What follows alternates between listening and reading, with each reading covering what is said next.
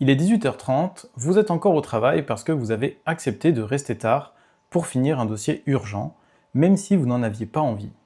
Du coup, votre partenaire doit aller chercher les enfants à l'école à votre place, vous allez être en retard pour le repas, vous allez encore une fois devoir annuler votre cours de sport du soir.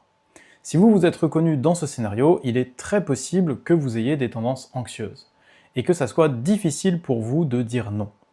Refuser vous met mal à l'aise ou vous donne l'impression que les autres vont mal le prendre ou qu'il va y avoir des conséquences.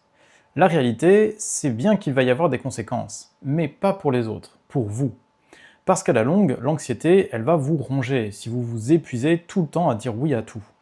Pour éviter ça, il faut absolument éviter d'être passif et de ne jamais dire non. Ça ne veut pas dire être agressif avec les autres, seulement savoir poser ses limites.